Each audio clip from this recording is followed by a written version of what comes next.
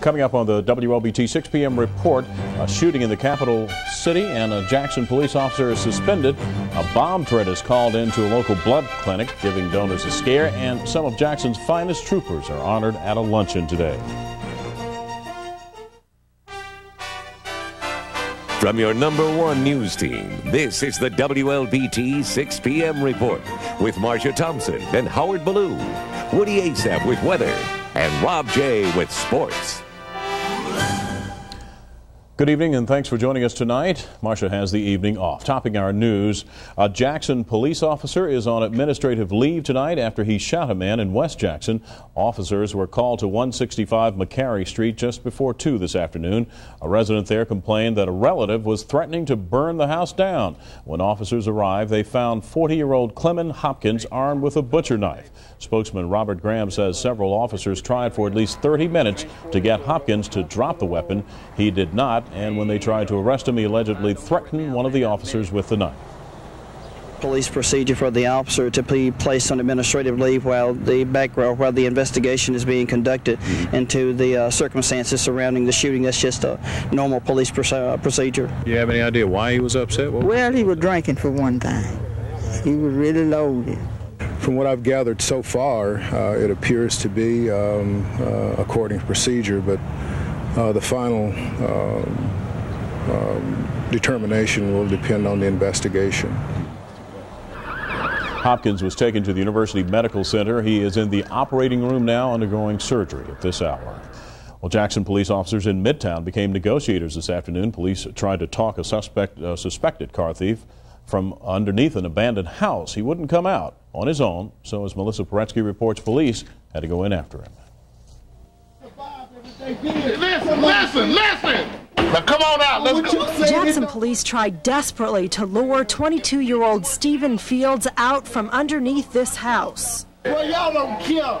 Man, I don't watch too many of my friends die and go to jail, bro. I'm trying to keep that from happening. Fields just didn't want to give up. Come on and let's work it out. Police say just before noon Monday, Fields tried to steal this car by Memorial Stadium. He was caught in the act and taken here to Officer Perry Coleman's Habitat for Humanity home, which also doubles as his office. This is where the chase started. An officer was getting ready to transport the suspect to jail. He was handcuffed, but before she could get him in her car, he took off in between the Habitat houses. Coleman's neighbor saw the whole thing. I figured they'd catch him, because I think he could go too fast with them handcuffs and they're holding him back. Police caught him, but Fields remained put underneath the house, claiming his innocence. What do you want me to do? I want y'all to just shoot me, man, because I don't want to go to jail for nothing I didn't do. Well, if you didn't do it, why you running? Because y'all laughed in my face, man. Negotiations were not working. As the minutes passed, Officer Perry Coleman took matters into his own hands. I ain't gonna get dirty for nothing. Look at me, I'm coming. Look, come on. Give me a hand. I'm coming. Give me a hand.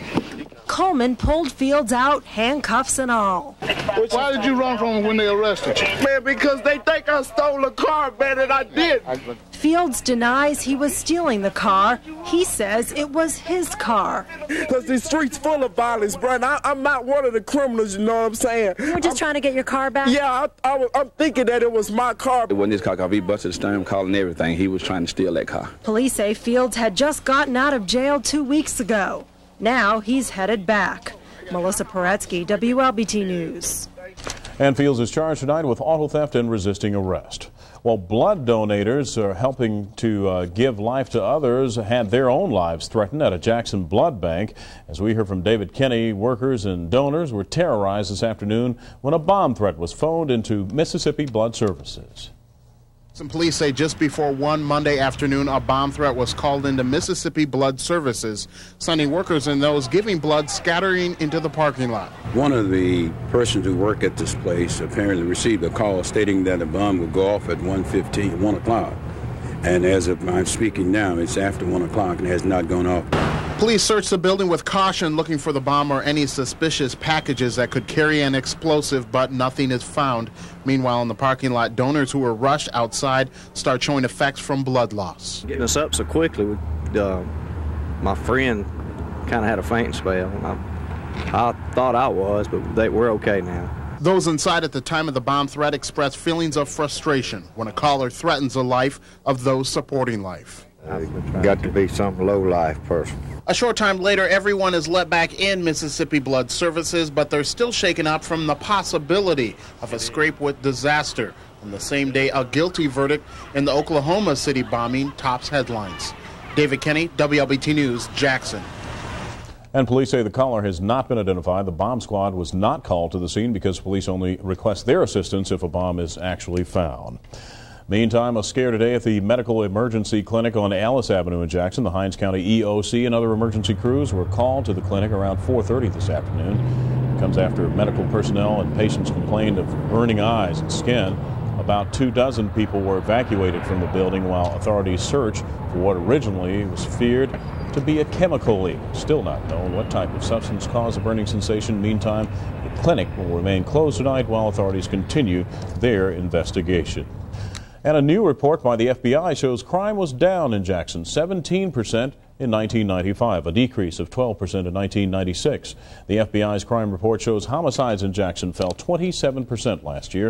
In 1996, Jackson had 67 homicides compared to 92 in 1995. Chief Robert Johnson says Jackson compares favorably to southern cities of our size. Find that for the southern part of the United States, crime was up 3%. And we are one of only a very few cities that are counter to that trend. Baton Rouge, Louisiana is up 10% and has been for the last 2 years. Their crime continues to go up, and so do a number of other southern cities. So I'm pleased about the report. The FBI's report shows rape is the only crime on the rise in Jackson. Last year, 209 were reported compared to 186 in 1995. In news of politics now, Jackson Councilwoman Marcia Weaver heated things up today on the eve of the election for City Council in Ward 6. Today, Weaver accused her opponent, Chip Reno, of using illegal campaign literature in his bid to win the election. Well, I believe that my opponent has taken a campaign that was clean and open and used fraudulent, illegal campaign literature to try to win this election. Chip Reno. Voters will decide the Ward 6 City Council representative tomorrow. The polls open at 7 a.m. and close at 7 p.m. Still ahead tonight on the WLBT 6 p.m. report, several awards presented today in the capital city, and Hollywood comes to town looking for a would-be movie star. We'll tell you about it.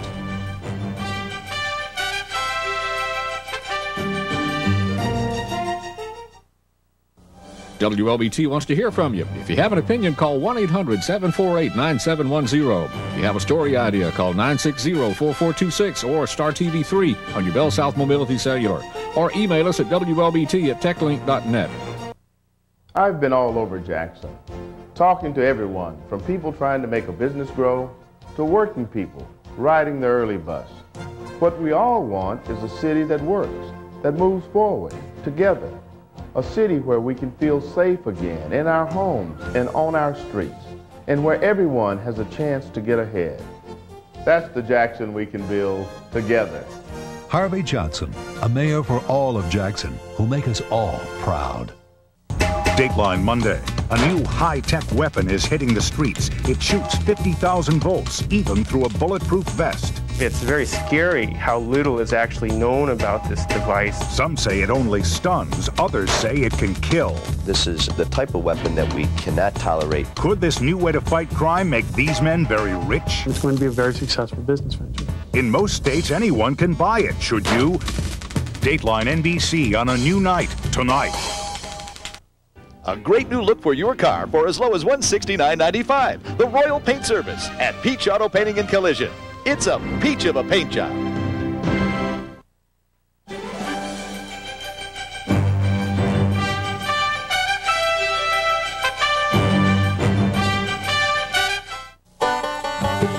Woo-wee! Royal Furniture got a sale going on so hot you can hear the newspaper ad sizzle.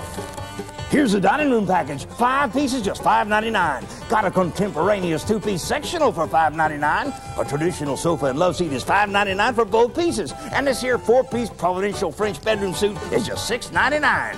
You can save yourself some cold cash if you get the Royal during the sizzling summer sale. Whoa! Them prices is hot. Pepsi theft. It can happen anywhere, anytime. Fight back. Introducing the Pepsi Club. Now Pepsi moments don't have to become anxious moments. Excuse me.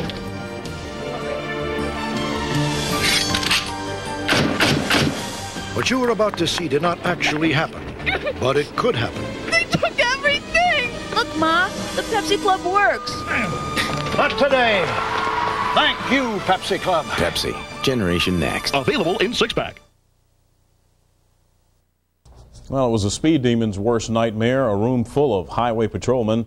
They weren't counting traffic tickets, they were receiving awards this time. A luncheon was held today to honor more than 100 officers of the Mississippi Highway Patrol. Troopers from the various districts were recognized and honored for having excelled in drug and traffic enforcement. The luncheon was held at noon at the Primo's Northgate restaurant. Also good news for 3 local citizens for their service to the community. Jane Boykin, Catherine King, and Ray Shepard were honored with the 1997 Jefferson Award. Capital Cablevision sponsored the program, which honors residents for outstanding work and achievements in the field of public service. Ray Shepard will represent Mississippi in Washington, D.C.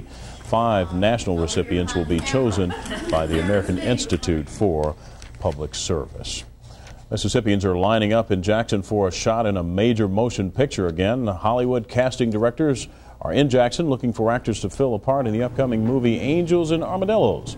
Local 10 and 11-year-olds turned out in numbers to fill the part of a young boy named Simon who has a major role in the film.